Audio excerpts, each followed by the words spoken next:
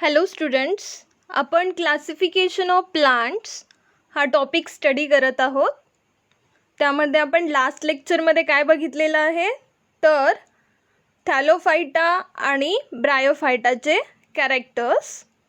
त्यामध्ये first division thallophyta. So what are the characteristics of thallophyta? These plants mainly grow in water. They do not have specific parts like roots, stem, leaves and flowers. They are autotrophic due to presence of chlorophyll. Hence these are called as algae. They may be unicellular or multicellular. These plants usually have a soft and fiber-like body. Various types of fungi like yeast and molds which do not have chlorophyll are also included in this group. Then what are the characteristics of bryophyta? Bryophytes are also called as amphibians of the plant kingdom. Plant body of bryophytes is flat, ribbon-like long. They do not have true stem, root and leaves. Instead, they have stem-like or leaf-like parts and root-like rhizoids. These plants are thelloid, multicellular and autotrophic, and their reproduction takes place through spore formation, and they do not have specific tissues for food and water conduction. You might have seen plants in gardens or shady place. Okay, so you might have seen such plants. So what are they? Yes, right, they are pteridophytes. So in this lecture we'll discuss characteristics of third division of cryptogams, that is pteridophyta.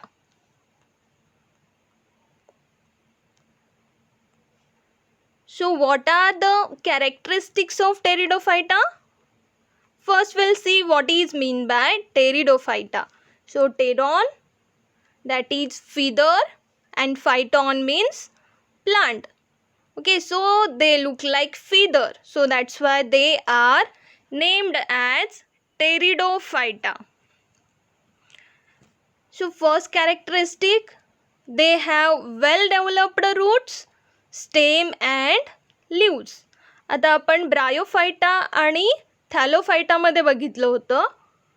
त्यामध्ये root, stem आणि leaves well developed नाही आहेत, पण टेरिडोफायटामध्ये root, stem आणि leaves well developed आहेत. Then second characteristic, they have separate conducting tissues for food and water.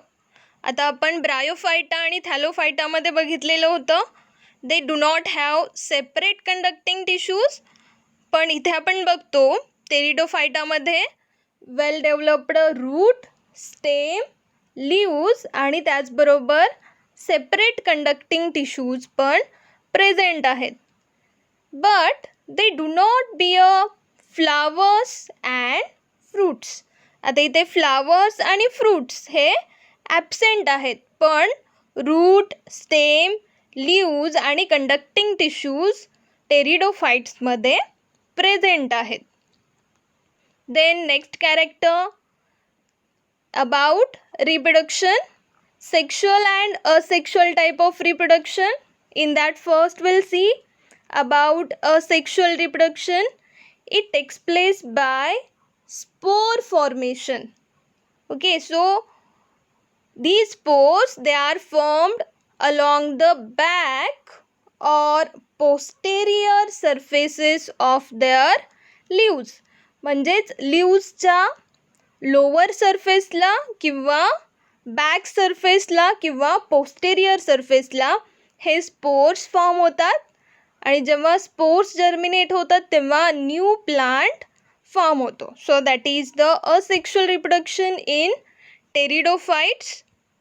You can see in this picture, it is the sporangia. Okay, so what is sporangia? These sporangia, they contain many spores. म्हणजे ह्यामध्ये आपल्याला भरपूर spores असलेले बघायला मिळतात. And when these spores, they germinate, they produces new plant of pteridophyte. So that is about asexual reproduction, which is takes place by spore formation. And you can see these spores are formed on lower surface of leaf. लीफच्या lower सरफेसला किंवा posterior सरफेसवरती हे spores आपल्याला तयार झालेले दिसतात. So that is about the asexual type of reproduction. Then sexual reproduction takes place by zygote formation. Okay, so male and female gametes, they produces zygote, and this zygote germinate to produce new plant. So that is about the reproduction in Pteridophyta. So some examples of Pteridophyta are Nephrolepis, Pteris, Adiantum, Marsilia, Equisetum, Selaginella and Lycopodium. So that is about the Pteridophyta. So we have seen that they have well developed root, stem and leaves as well as conducting tissues, but they do not have flowers and fruits. So we can see here they are developed than the Thallophyta and Bryophyta. So here you can see two examples of Pteridophyta are given. First one is Selaginella and this one is Lycopodium. Next we'll discuss phanerogams. Now we have discussed about cryptogams. आता क्रिप्टोगॅम मध्ये reproductive organ असतात ते कसे असतात, hidden असतात. So what are the phanerogams? Here phanero means visible and gams means reproductive organs. In these phanerogams, reproductive organs are visible, so that's why they are named as phanerogams. These are also called as seed bearing plants and flowering plants. म्हणजेच ह्या प्लांट्समध्ये seed form होतात as well as they produces flowers.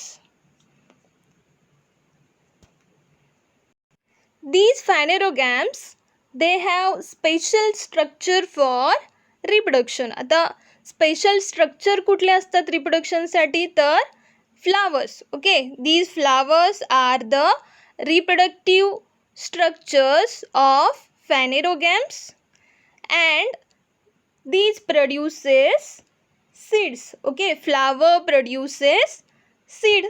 Okay, and these seeds contain embryo and stored food. म्हणजे सीडमध्ये stored food present असतं.